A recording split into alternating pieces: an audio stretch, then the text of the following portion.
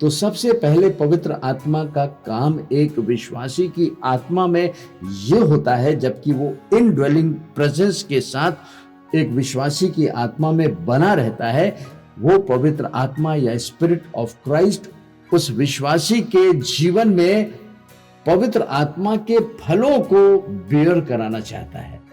वो चाहता है कि विश्वासी के जीवन में ये सारे जो 9 फल के बारे में हम लोग ने अभी पढ़ा, उसके जीवन में फलने पाए। यीशु मसीह ने कहा, देखो तुमने मुझे नहीं चुना है, मैंने तुम्हें चुना है। और क्यों चुना है? इसलिए चुना है कि तुम फल लाओ। स्पिरिट ऑफ क्राइस्ट का एक विश्वासी के अंदर रहने का जो सबसे बड़ा मकसद वो है कि एक विश्वासी अपने जीवनों में इन फलों से लदने पाए। इसके बाद सेवा के लिए उसे जरूरत है कि वो पवित्र आत्मा का बपतिस्मा पाए और gift of the Holy spirit में ऑपरेट करे।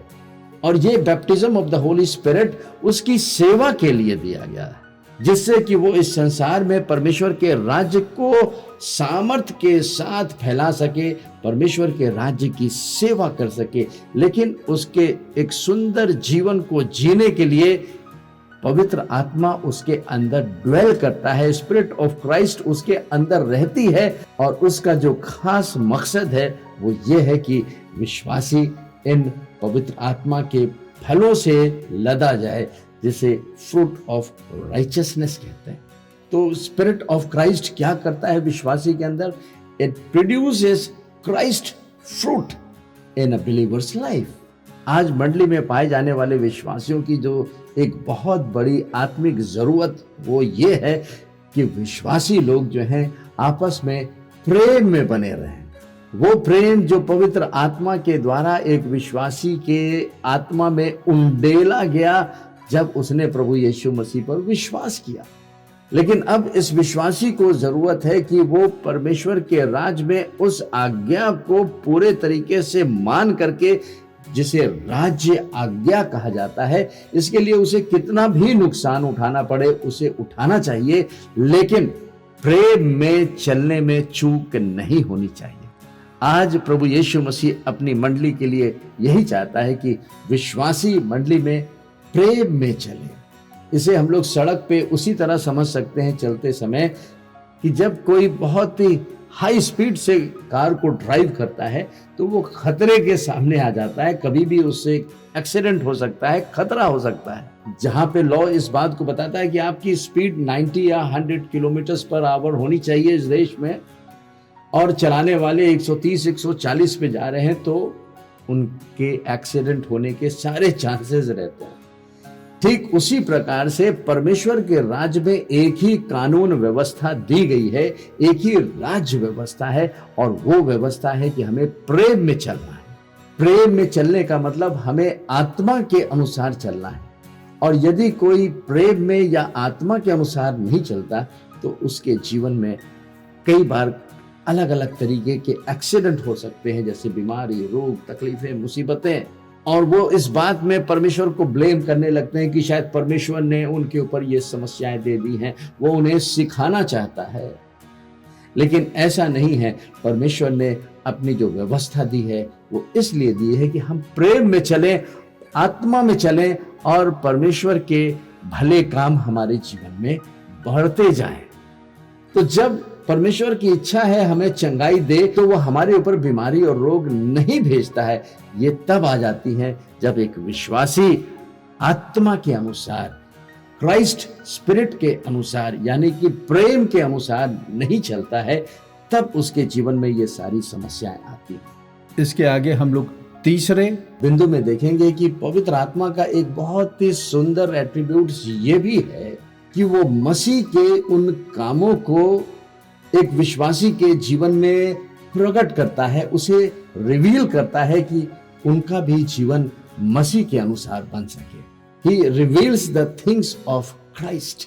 इसे हम लोग यूहन्ना के 16 अध्याय के 14 पद में पढ़ के देखेंगे, जहां इस प्रकार लिखा हुआ है, वह मेरी महिमा करेगा क्योंकि वह मेरी बातों में से लेके तुम्हें बताएगा।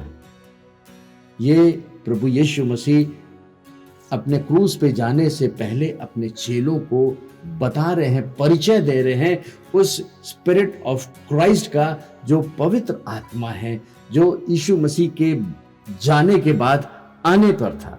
इंग्लिश के एम्पलीफाइड वर्जन में बहुत ही सुंदर तरीके से लिखा है, he will glorify and honour me because he the Holy Spirit will take from what is mine and will disclose it to you।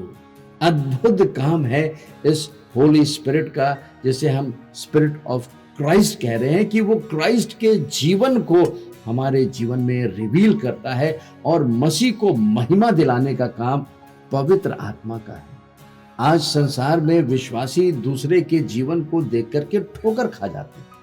वो कहते हैं कि उसका जीवन ऐसा है, उसका जीवन ऐसा है, हम तो ठीक हैं जैसे भी हैं। लेकिन हकीकत तो ये है कि इसके बजाय जो विश्वासियों का जो आदर्श होना चाहिए वो प्रभु यीशु मसीह होना चाहिए। कोई भी मनुष्य इस संसार में परफेक्ट बन नहीं सकता। हाँ, वो परफेक्शन की ओर चलता है क्योंकि वो मनुष्य है, उससे कहीं ना कहीं गलती हो जाती है। तो दूसरे विश्वासी को उसे देख करके ठोकर खाने की जरूरत नहीं है, उसे यीशु मसीह के जीवन को देखना है, क्योंकि यीशु मसीह परमेश्वर होते हुए मनुष्य जब बना तो वो पूरे तरीके से 100% he became the son of man. 100% वो मनुष्य बन के मनुष्य के उन सारे कार्यों को एक आदर्श के रूप में उसने हमारे और आपके जीवन के लिए ठहरा दिया। अगर हमें किसी के जीवन को आदर्श बनाना है तो प्रभु यीशु मसीह का जीवन हमारे लिए खुला हुआ है, जिसके बारे में लिखा है कि उसने अपने जबान से भी पाप नहीं किया। तो एक विश्वासी की सहायता के लिए पवित्र आत्मा as a spirit of Christ दिया गया है कि हम मसीह के पाथवे पे चल सकें, मसीह के पद चिन्हों पे चल सकें। वही हमारा और आपका आदर्श होना चाहिए। इसलिए विश्वासी को मालूम होना चाहिए कि प्रभु यीशु मसीह का जीवन इस संसार में कैसा रहा।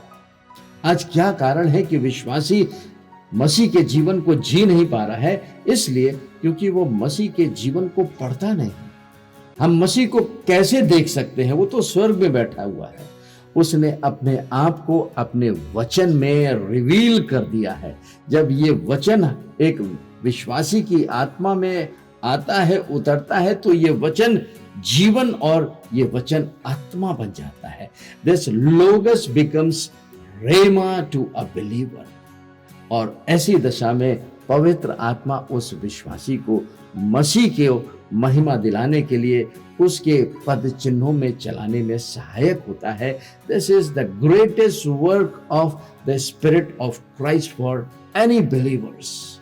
इसके आगे जो चौथा बिंदु है वो बहुत सुंदर है, that he imparts power of Christ. वो मसीह के उस जयवंत जीवन को विश्वासी के अंदर मैनिफेस्ट करता है, प्रकट करता है, रिवील करता है। That is the work of the Holy Spirit as spirit of Christ. इसके बारे में हम लोग मत्ती रचित सुसमाचार उसके 28 अध्याय के 18 पद में पढ़ के देख सकते हैं, जहां पर प्रभु यीशु मसीह जब उन्होंने मौत को हराया, पुनरुत्थान को पाया, तब उन्होंने अपने चेलों के ऊपर रिवील होकर के, प्रकट होकर के इस बात की घोषणा की और कहा कि देखो भाई, सारी आकाश, वो आकाश जहां पे अंधकार की शक्तियों का प्रभाव था, वो आकाश, वो हेवन नहीं जिसमें कि परमेश्वर रहता है, उस हेवन की बात नहीं कर रहा है। वचन इस बात को बताता है कि 3 प्रकार के हेवन हैं।